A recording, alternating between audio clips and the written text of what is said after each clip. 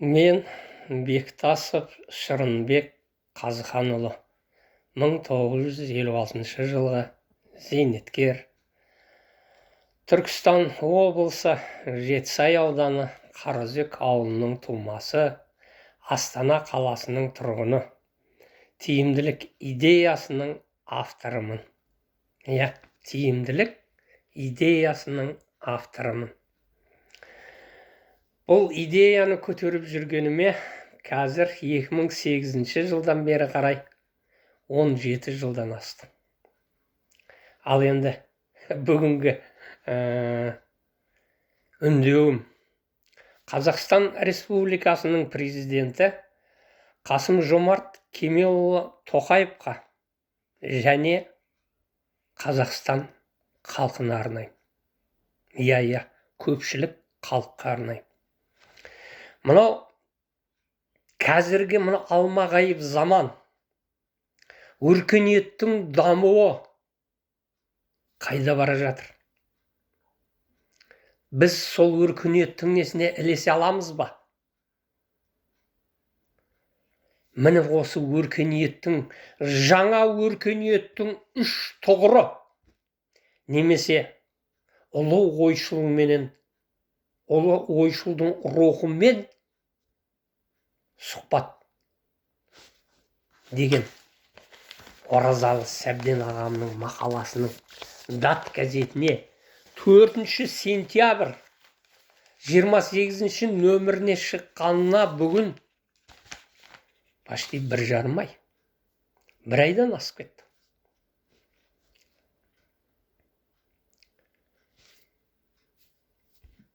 Жақында мені осы 18 августтен 5 сентябрьге дейінгі аралықта 13 мемлекеттің 13 13 басшыларына қабылдауын өтініш жаздым. Міне тізімі 13 президент, премьер-министр, мәжіліс төрағасы, сенат төрағасы, президент жанындағы басқару академиясының ректоры, ғылым және білім министрі Саясат Нұрбектің атына, 4 бірдей депутат Аманат партиясының төрағасына. Біреуі тікелей өздері, сол 13 адамның, міне мынау 13 адамның біреуі тікелей өздері қабылдай алған жоқ. А менің берген өтінішіме шығарып салма вице-министр, министрдің орынбасары, болмаса ақпарат министрінің орынбасары тіке бір рет қабылдады, кейін онлайн. Мына екінші берген арызым бойынша онлайн қабылдады. Мынау Оразалы Сәбден ағамның мынау мақаласынан хабар жоқ.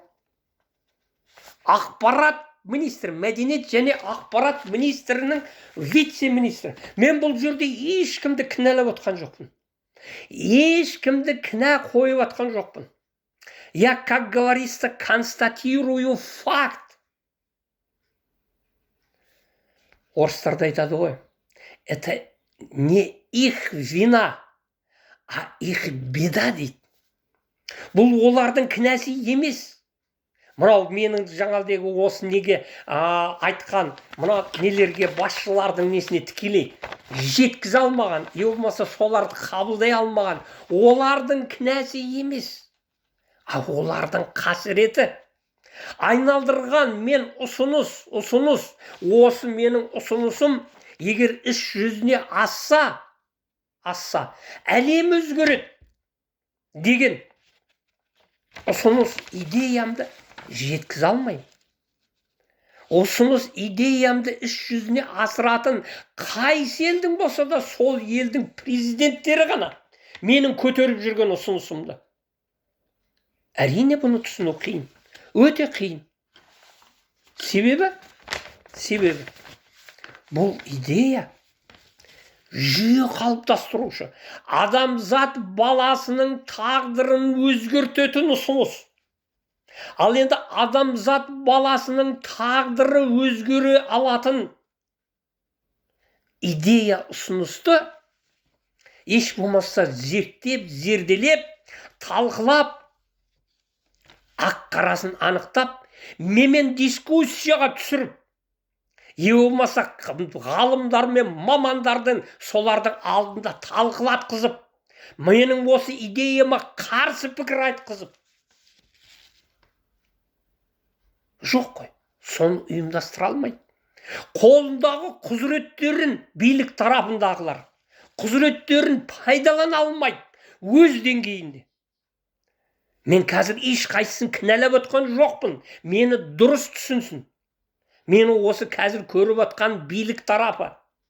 Менің осы мәселемді елдің басшыларына жеткізе алмай отырған шенеуніктер кінәлап отқан жоқпын. Олар тек қана құзыретін дұрыс пайдалана алмайды. Соны констатирую факт. Міне, айналдырған 5-6 айдың өзінде тек қана тізімі 67 мынау қазіргі менің түсіріп отырған 68-ші видео үндеу әлеуметтік желіге. Алды 33 минуттан, соңы 10-15 минут. Орта сеппен 20 минуттан асқанның өзінде 66 несі. Неше сағат уақытым кетті?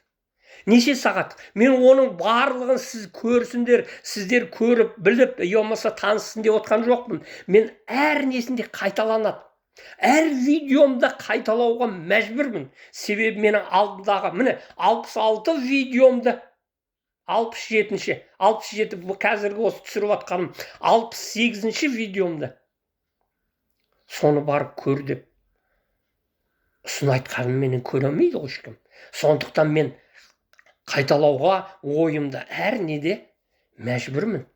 Барынша қысқарша айтуға. Іс жүзінде көрсетіп берейінші деп. Іс жүзінде дәлелдеп берейін осы идеямды деген. Ұсыныс идея ма? Уже 5-6 айдан асты. Міне 68-ші видеода қайталап айтып отырмын. Іс жүзінде көрсетіп дәлелдеп берейін. Қолмен ұстап, көзбен көрмей, адамзат баласы сенбейді. Міне мынау Оразалы Сәбден ағамның мына мақаласына 4 топтама кішігірім ой қосып жаздым. Әр топтамада 64-65 қатар ғана сияды. Менің соткымда. Мен енді оны толық арғырай оны көбірек ашуға сауатым жетпейтін шығар. Бірақ сол осы мынау телефонда бір топтамаға 64-65 қатар кетеді. Соның 4-еуін жаздым. Бүгін Құда қаласа осы неменен қатар 5-ші ой қосымша.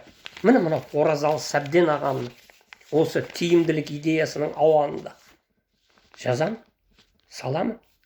Бірақ мәселе шешілмейді. Бұған ешкім назар аудармайды, көңіл бөлмейді. Қойшы, бұл менің нем емес қой, менің қолымда тұрған ештеңке жоқ қой дейді. Билікке өзінің құзыретін пайдалана алмайды өз деңгейінде. Ақ-қарасын анықтап, мынауың көке, сен жұрттың бәрін шулап жүрсің ғой, кәне? Деп мамандардың ортасына академиктер, профессорлар, саясаттанушылар, экономистер, мамандар ортасын салсын шіген. Мен соған жете алмай отырмын ғой. Солардың алдында талқылауға. Міне мынау Оразалы Сәбден ағамда маған қарсы пікір айтып отқан жоқ. Жақында ғана 2 қазан күні, 2 октябрь күні Москвадағы Ломоносов атындағы университеттің дүниежүзілік конгресіне қатысып, сонда доклад жасадым деген видеосын маған жіберді. Қатты қуандым, марқайдым. Оразалы Сәбден ағам үшін. Біздің де елдің дүниежүзілік неде осындай мәселе көтеріп, доклад жасап, өзіндік ойын айтқан ағама, сондай ағамның сондай несін талап еткеніне қуандым, марқайдым. Бірақ сол дүниежүзілік сол ненің алдында, сол трибунада тұрып, айналайын ағайындар, айналдырған 5-6 айдың ішінде 66-67 видео үндеу жасаған. Оның жартысы орысша, жартысы қазақша. Әлем елдерінің президенттеріне деп. Кәні, қайсын көрдің деген бір ауыз мәселе көтеріп сұраса жарасар еді ғой. Мен бұл жерде Оразалы ағаны кінәлап отқан жоқпын. Сондай мүмкіндікті жіберіп алды. Сондай сол төрінде тұрып айтып, әрине менің мынау нем күнәлі, мүмкін сенбейтін шығар, көз жеткізбейтін шығар, бұның дұрыс бұрыстығына көз жеткізе алмайтын шығар. Көз жеткізе алмаса, Оразалы Сәбден ағам менің бұл идеямменен 2016 жылдан бері қарай, 9 жылдан бері қарай таныс қой. Шет жағасынан, мейлі, досконально түсінбесе де. Бірақ ол Оразалы ағама қанша рет айттым. Аға, өтініш, мені мүмкіндігіңіз болса қабылдаңызшы деп. Бір-ақ рет о кісіменен телефон арқылы сөйлесе алдым. Мына WhatsApp-пен неде. 2016 жылы, 2016 или 2017, точно есімде жоқ. Сол кезде, інім, айлас қатын мұңдас деген. Айлас қатын мұңдас деген. 4 рет жоғарғы кеңестің депутаты болған. Мен діттеген жеріме өз ойымды өз уақытысында жеткізе алмаймын, деді. Яғни көшеде жүрген сен қаяқтан өз ойыңды жеткізесің деген сөз ар жағында айтпаса да белгілі болып тұр ғой. Рас, міне неше жылдан бері қарай қаншама мен осы министрлердің, вице-министрлердің, бөлім басшыларының азаматтарды қабылдау, президент жанындағы азаматтарды қабылдау орталығының ұйымдастыруларында қаншама 100-ден астам мамандардың алдында болды. Мен олардың ешқайсысын кінәламаймын. Бірақ я констатирую факт, болған нәрсені айтып отырмын. Мәселе шешілмейді. Мынаған қарсы пікірді де айтып көрсете алмайды. Ал енді жарайды, мен кеше соңғы немде осы мынау Оразалы Сәбден ағамның несінде төртінші қосар ойымды жаздым. Айттым, сонда жарайды, менің бұл көтеріп жүрген идеям теориялық тұрғыда, логикалық ақыл, жай ақылға салып көргенде еңбек, тиімді еңбек қатынасын туғызады ғой менің көтеріп отқан идеям. Соған салыстырып көріңізші, теориялық түрде талқылап, болмаса жай ғана ақылға, логикалық түрде ақылға салып көрейікші. Тиімді еңбек. Еңбек. Яғни адамзат баласының еңбегі. Адамзат баласының еңбегі қажетті іс әрекеттердің жасалу жиынтығынан тұрады. Еңбек. Бір еңбек адам баласының қажетті іс әрекетінің. Ал енді сол еңбек тиімді болу үшін не керек? Оған сол тиімділік, сол еңбек процесіне қатынас керек. Тиімді қатынас керек. Сол тиімді еңбекті. Бұл теорияға салсаңыз да, қарапайым ақылға салсаңыз да. Сонда процесс, еңбек процесі.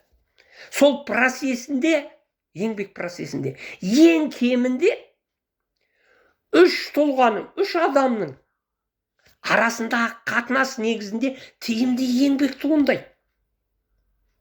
Яғни ол қатынасты орнататын не? Менің тиімділік идеямның негізінде 100 күндік жоспар жасадым. 100 күндік жоспар. 100 күндік жоспардың өзегі, негізі тиімділік кодексі негізінде. Тиімділік кодексі негізінде. Тиімділік заңын қабылдау. Я, дұрыс айтасыз. Дұрыс, тиімділік кодексі жоқ қазіргі таңда. Еңбек кодексі бар, қылмыстық кодекс бар, азаматтық кодекс бар. Ал бірақ тиімділік кодексі жоқ. Егер сол тиімділік кодексін және де тиімділік заңын менің 100 күндік программамның алғашқы 10 күндігінде міне осы тиімділік заңын қабылдау. Ал енді бұл тиімділік заңының өзегі, тиімділік заңның өзегі негізгі принцип. Мүдделендіруді ояту принципін. Адамның мүдделілігін ояту. Еңбек адамының мүдделілігін ояту бірінші. Екінші, сол еңбек адамының еңбегінде әділдікті орнату. Еңбекке бағалауда, болмаса сол еңбектің несіне қылауда, әділдікті орнату принципі. Үшінші принцип, мәжбүрлікті туындатуда. Мәжбүрлікті тудыру принципі. Міне осы 3 принцип бір ненің несінде, тиімділік заңында. Сол 3 принципке негізделіп, тиімділік заңын қабылдатқызады. Сонда заңның үстемдігін орнатып, тәртіптің қатаң сақталуын ұйымдастырып, бағалау жүйесін қалыптастыру елде. Міне менің жаңадегі осы 100 күндік программамның каркасы, негізі. Міне сондықтан автор ретінде менде қазіргі таңда осы парадигма, түсінік менде бар. Ал енді қазіргі парадигма, бүгінгі таңдағы көзқарас, таным тек қана күреске, текетіреске, айла шарғыға, өтірікке, қайтсем қарсыласымды жеңем деуге негізделген.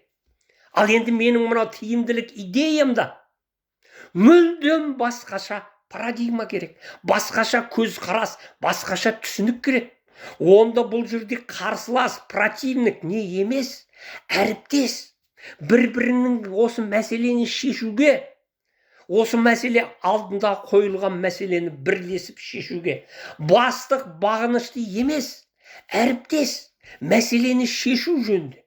Жаңағыдай мынау биліктегі қазіргі менің осы мына немді шеше алмай осы уақытқа дейін келіп, дәрменсіздік танытып жүргендерде, дәрменсіздік танытқандағыда емес, құзыретін дұрыс пайдалануда.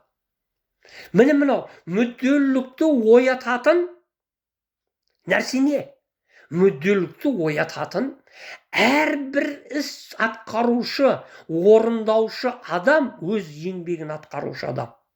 Өзінің еңбегінің нәтижесі, яғни алатын жалақысы, табыс көлемі өзінің қолында екенін сездіруде. Міне мүдделілікті ояту принципі. Ал енді екінші принцип, әділдікті орнату. Әділдікті кім орната алады? Әділдікті сол процеске, сол орындаушының қасында, сол еңбектің процесіне, іс әрекетке, тікелей процеске қатысы бар екінші адам, оның кішігірім ғана басшысының мүмкіндігінде. Соған сондай құзыреті болса, міне көрдіңіз ба, құзырет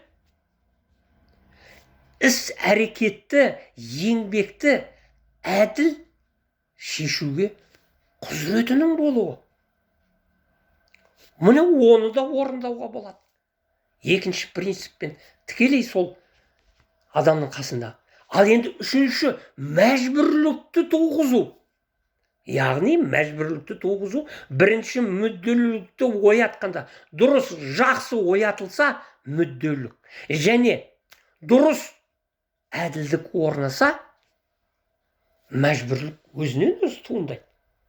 Яғни үшінші тұлғаның қатысуы. Орындаушы, орындатушы. Міне тиімділіктің үш бұрышы. Міне тиімділіктің үш бұрышы орын алады. Міне, егер мынау жаңа тиімділік заңы қабылданып, сол тиімділік заңын өте қатал талап еткізіп орындатса, әрбір жұмыс орнында. Міне мынау тиімділіктің үш бұрышы негізінде бір ел көлемінде тиімділік пирамидасы сызды. Міне бастап ең астыңғы төменгі жұмысшыдан бастап президент и халық. Міне мынау ең жоғарғы несі бір елдегі халықтың мүддесі. Міне көрдіңіз ба, ең жоғарғы шыңы халықтың мүддесі. Ал осыны мынау орындату, міне қараңыз, ең шыңы халықтың мүддесі. Халық, президент и премьер-министр. Міне осы үшеуінің арасындағы тиімді еңбек қатынасы. Егер мына тиімділік заңын сақтаса, міне сонда міне мынау премьер-министр бүткіл үкіметмен, өзінің барлық министрлерімен, салаларымен, құрылыммен, бүткіл бір халықтың, бүткіл бір осының өндірісті саланы, елдегі экономиканы басқаруға, соның несін тиімді жүргізуге құзыретінің болуы.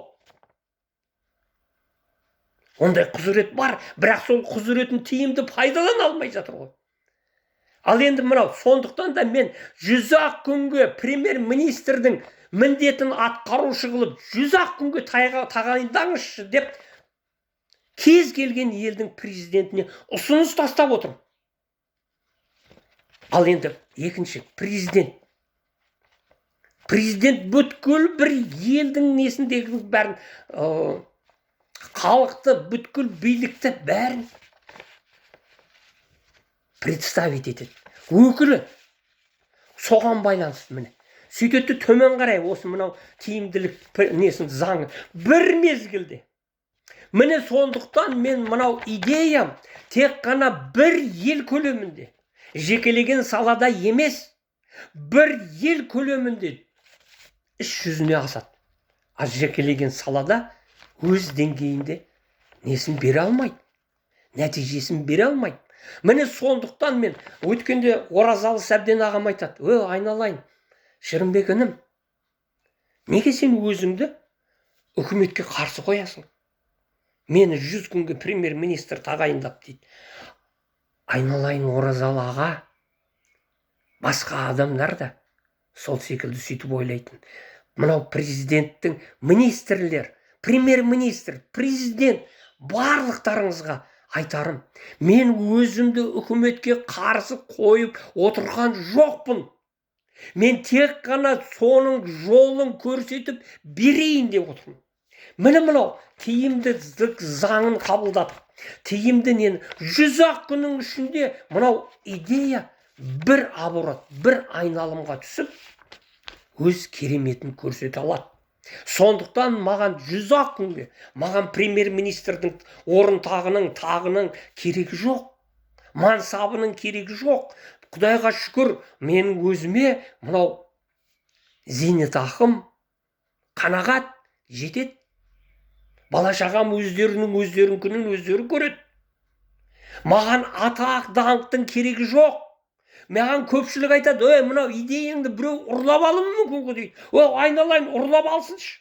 Апарып соны көрсетіп, адамзат баласына пайдасын тигізінші. Ұрлап алу түгілі, осының несінкіне бұнау зерттеп, зерделеуге адамдардың батылы жетпей отыр ғой. Ал мен автор ретінде сондай парадигма, сондай көзқарас, сондай не бар. Сондықтан барлық жауапкершілікті өз мойныма алып, 100 күннің ішінде даңғыл жолға салып берейін. Мынаның іс жүзіне асыратын әр деңгейде, мынау президенттік деңгейден бастап, премьер-министрден, министрлердің, облыс, аудан, мекеме, барлық деңгейде тиімділік топтары құрылады. Тиімділік тобы. Бұл тиімділік топтары әр деңгейдің, әр ненің сол деңгейдің басшысы, бірінші басшылары басқарады. Сол мәселелердің несінкінің бәрін солар шешеді.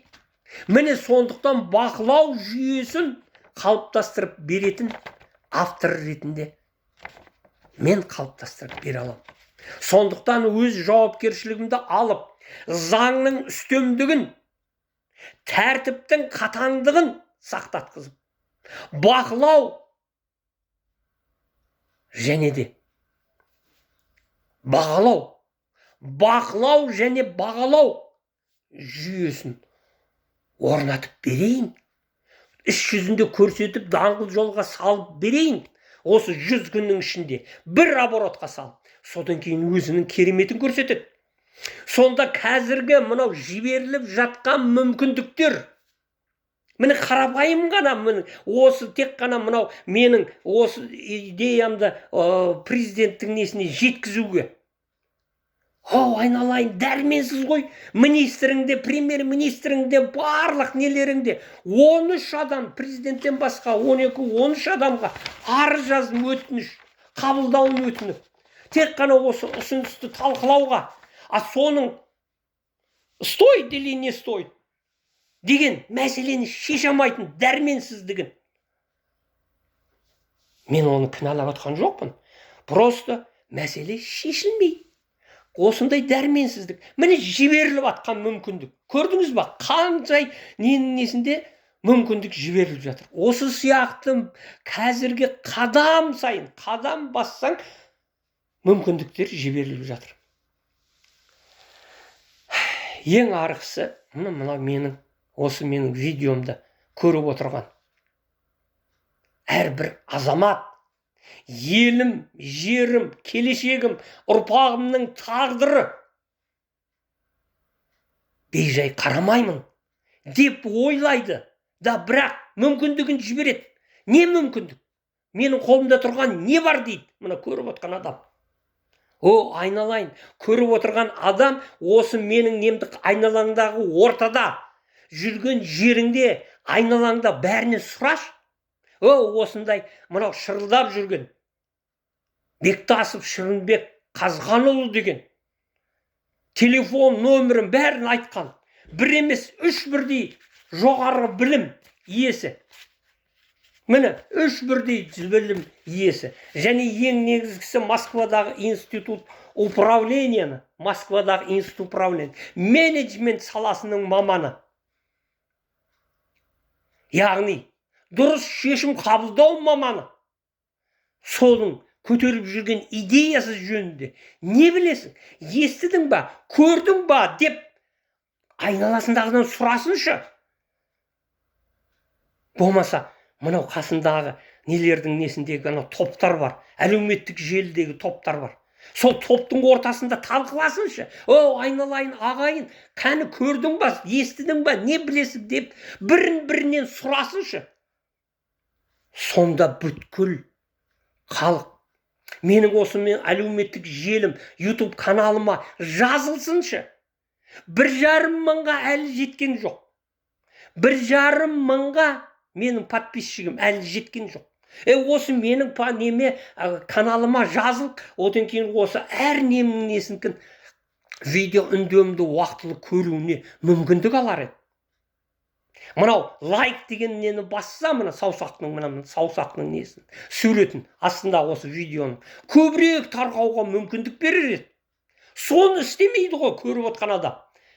Өзінің тағдыры мен үшін емес, өзің үшін, мына көріп отырған адам өзің үшін, өзіңнің ұрпағыңның келешегі үшін, өзіңнің балдарыңның көзіне тіке қарап тұрып, қолымнан келген нәрсені істедім деп айта алатын дәрежеге жетсеңізші.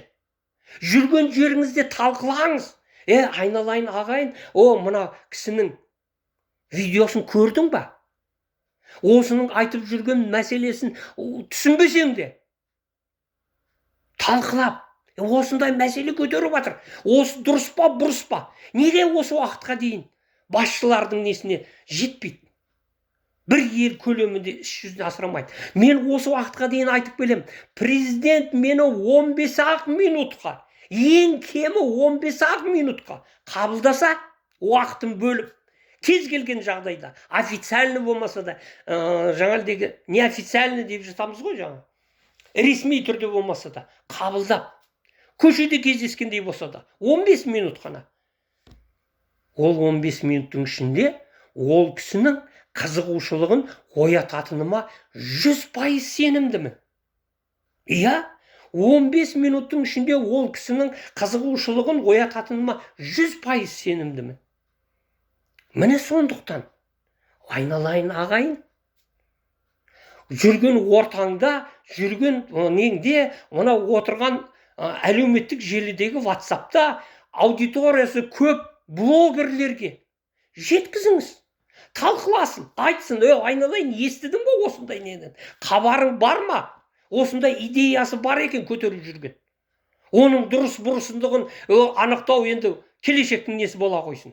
Сол идеяны осындай нені естідің ба деп сұрасай, айналайын ағайын, сонда сенің проблемаң, сонда бүткіл халық, бүткіл мына қазақ тілді аудитория. Мен қазір осыдан кейін орыс тіліндегісін жүктеймін. Қазір міне 33 минуттан кейін үзіліп кетеді. Қазір уже 32 минутқа кетті. 10 минуттан асса көп адам көрмейді. Бірақ ойымды жеткізе алмай тұрмын ғой. Менің контактный телефоным 8775 404 0256.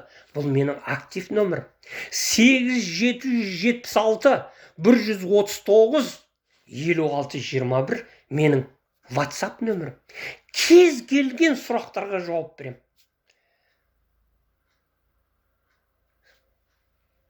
Қасым-Жомарт Кемелұлы Тоқаевтан басымды иіп отырып кешірім сұраймын. Осындай эмоцияға беріліп, осындай үндеуді жазуыма мәжбүр болғаныма. Барлықтарыңыздан басымды иіп кешірім өтінем. Мен ешкім